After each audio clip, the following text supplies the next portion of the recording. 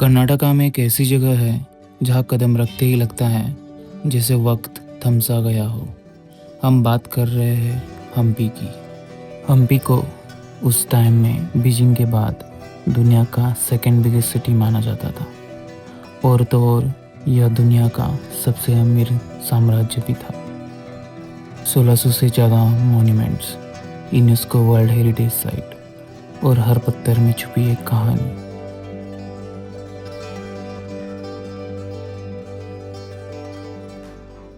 हम निकले थे पुणे से। करीब 600 किलोमीटर का सफ़र, लंबा रास्ता, खामोश हाईवे और दिमाग में बस एक ही सवाल, आखिर कैसी होगी वो जगह जिसे इतिहास आज भी याद करता है। और फिर जैसे ही हम हम्पी पहुँचे, ऐसा लगा मानो हमने कोई टाइम ट्रैवल कर लिया हो, क्योंकि अचानक से सब कुछ बदल जाता है। लैंडस्केप, हवा और वो एहसास जैसे हम किसी और ही युग में आ गए हो। हमारा पहला स्टॉप था लक्ष्मी नरसिंह मंदिर। यह हम्पी की सबसे बड़ी मूर्ति है, एक ही पत्थर से तराशी गई और इतनी विशाल कि सामने खड़े होकर इंसान खुद को छोटा महसूस करने लगता है। इस रूप को उग्र नरसिंह भी कहा जाता है। उनकी उभरी हुई आंखें, तीखा चेहरा और भाव इस नाम को पूरी तरह से सही ठहराते हैं। और हम एक ऐसे मंदिर की ओर बढ़ रहे थे जिसका गर्भगृह पानी में है। यह है अंडरग्राउंड शिवा टेम्पल, जिसे प्रसन्न विरूपाक्ष भी कहा जाता है। यह मंदिर हम्पी के रॉयल सेंटर में स्थित है। 14वीं सदी में बना यह मंदिर भगवान शिव को समर्पित है। अंदर नंदी की पत्थर की मूर्ति है और वो गर्भगृह की ओर मुख किए खड़ी है। पास में है कल्याण मंडप और देवी पार्वती का छोटा मंदिर। हम्पी एक ऐसी जगह है जहाँ हर कोना अपनी कहानी कहता है। और इसी कहानी के बीच हमारा अगला स्टॉप था लोटस महल। लोटस महल में प्रवेश करते ही एक शांत और शाही माहौल महसूस होता है। ऊंची दीवारों से घिरा यह परिसर बाहर की दुनिया से बिल्कुल अलग लगता है। लोटस महल को चित्रांगिनी महल भी कहा जाता है। ये महल विजयनगरा साम्राज्य की शाही महिलाओं के लिए बनाया गया था। कहा जाता है इस पूरे क्षेत्र की सुरक्षा किन्नर सिक्योरिटी गार्ड द्वारा की जाती थी। लोटस महल सिर्फ एक पैलेस नहीं, बल्कि विजयनगरा साम्राज्य की रॉयल लाइफस्टाइल का एक परफेक्ट एग्जाम्पल है। और कुछ कदम चलते ही हम पहुंच जाते हैं एलिफेंट स्टेबल। ये वही जगह है जहाँ कभी विजयनगर साम्राज्य के शाही हाथी रहा करते थे। इसे अपने विशाल डोम चेम्बर्स के लिए जाना जाता है। कुल 11 चेम्बर्स है, जिसमें सेंट्रल डोम सबसे बड़ा और सजाया हुआ है। 15वीं सदी में बना ये स्ट्रक्चर आज भी अपने साइज और सिमेट्री से सबको इम्प्रेस करता है। इसके ठीक पास ही है गार्ड्स हाउस, जो साफ बताता है कि ये सिर्फ एक स्टेबल नहीं, बल्कि एक हाईली प्रोटेक्टेड रॉयल जोन था। नारियल का पानी उड़ के आएगा। और फिर हम निकल पड़े हजारा रामचंद्र टेम्पल की ओर। हजारा रामा टेम्पल कई मायनों में खास है। मंदिर की दीवारों पर पत्थरों में तराशी गई रामायण की कथा मानो आंखों के सामने खुलती चली जाती है। हर आकृति एक कहानी कहती है, शांत, गुड और भावनाओं से भरी हुई। ये जगह मानो बच्चों को अपना घर ही लगती है।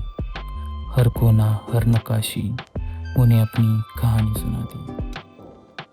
हजारी रामा टेम्पल देखते देखते कब समय बीत गया पता ही नहीं चला। ये जगह जैसे प्रेजेंट से सीधा पास्ट में खींच ली गई हो। फिर एहसास हुआ और हमने कोराकल राइड पर जाने का फैसला लिया। कोराकल राइड तक पहुंचने का रास्ता भी अपने आप में एक एक्सपीरियंस था। हर मोड़ पर सीनिक व्यू। जैसे ही हम नव वृंदावन पहुंचे, एक छोटी सी कोराकल बोट हमें बुला रही थी। नाव में बैठते ही सूरज की लालिमा पानी पर बिखर गई। धीरे धीरे बहती नदी, हल्की ठंडी हवा, सब कुछ एक सपना जैसा था। एक ऐसी दुनिया जहाँ हम खो गए। राइड के दौरान हमें आसपास की जगह की और उनकी कहानियाँ की नई जानकारी मिली। तारा देवी इधर को नॉर्थ एमपी से चिंतामणि टेम्पल है, वाली सुग्रीव फाइटिंग कर को जगह है सर, वो गुफा है सर। वो चिंतामणि टेम्पल को वाली सुग्रीव हनुमान सीता वो चिंता कर को चिंतामणि टेम्पल बोला है सर। इधर को मेन रोड से है ना, स्टार्टिंग मेन रोड से है ना, वो जंगल को सेंटर में है सर, वाली समझ है सर। इधर को बीच को सेंटर में एक सन टेम्पल है, हम्पी इरपक्षी टेम्पल है ना फ्रंट, सूर्य भगवान को साइड में नदी में फर्स्ट लोटस मॉल, सेकंड कामलापुर है सर लोटस मॉल। वो स्टेट वो पत्थर दिख रहा है ना, वो पत्थर को पीछे हनुमान बर्थ प्लेस है सर, अंजना 507 स्टेप में हनुमान बर्थ प्लेस है सर। इधर को सामने एक टावर विलेज दिख रहा है ना, सामने एक टावर विलेज दिख रहा है ना, ये विजयनगर कैपिटल सिटी आनेगोंदी। इधर को एलिफेंट को कन्नड़ में आने बोला है सर, आने को आनेगोंदी विलेज बोला है मैडम। आ साइड में राजा पैलेस है सर, आ साइड में वो विलेज में वो तुंगाभद्रा नदी एक ही रिवर कृष्णा नदी को चलता है सर, पानी आंध्र से। सूरज धीरे धीरे ढल गया और हम्पी की हर कहानी, हर पत्थर में छुपा इतिहास हमारे दिल में बस गया। सूरज की पहली किरणों के साथ हम्पी धीरे धीरे जग रहा था। आसमान सुनहरे रंग में ढल रहा था और हवा में एक अजीब सी शांति थी।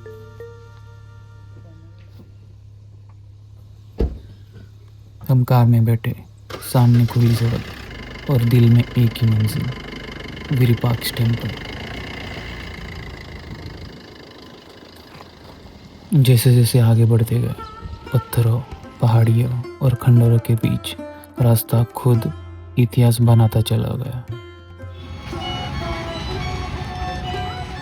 मंदिर के पास पहुंचते ही सड़क के दोनों तरफ पुराना बाजार दिखने लगा, कभी रौनक से भरा हुआ और आज भी अपनी कहानी खामोशी से सुनाता हुआ। मंदिर के अंदर प्रवेश करते ही मंदिर की भव्यता आपको थाम लेती है।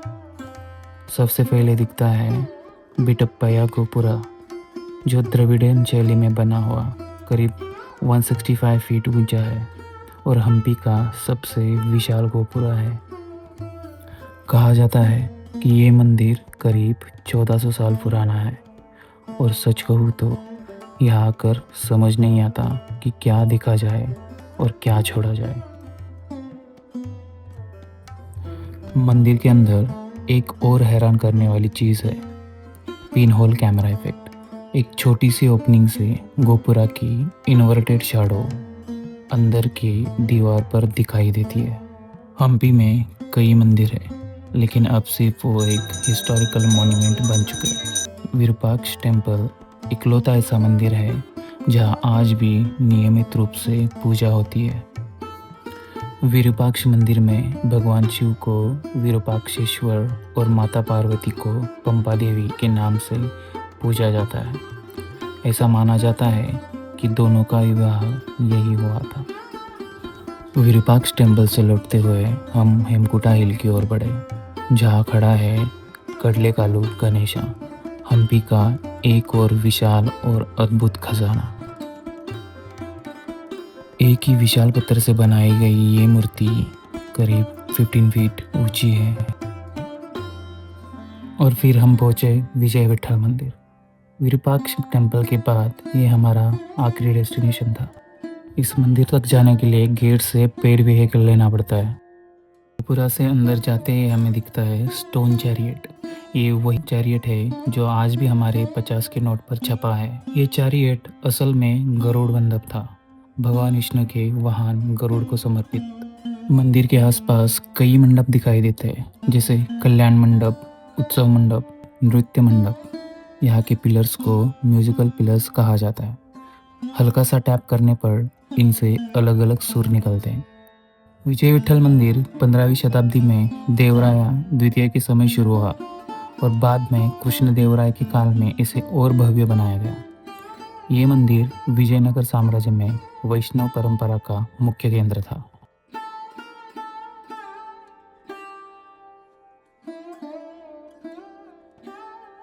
और इसी के साथ हम्पी का ये सफर पूरा होता है। इन 2 दिन में हमने सिर्फ मंदिर, पत्थर और खंडर नहीं देखे। हमने एक साम्राज्य की सोच, उसकी कला, उसकी आस्था और उसकी पूरी ताकत को महसूस किया। एक बार तो हम भी जरूर आना चाहिए, क्योंकि यहाँ से लौटते वक्त आप सिर्फ तस्वीर नहीं, एक सोच साथ लेकर जाते हो। और अब हम भी पीछे छूट रहा है, पर कहानी आगे बढ़ रही है। हम निकल चुके हैं हमारे अगले रोड डेस्टिनेशन की तरफ।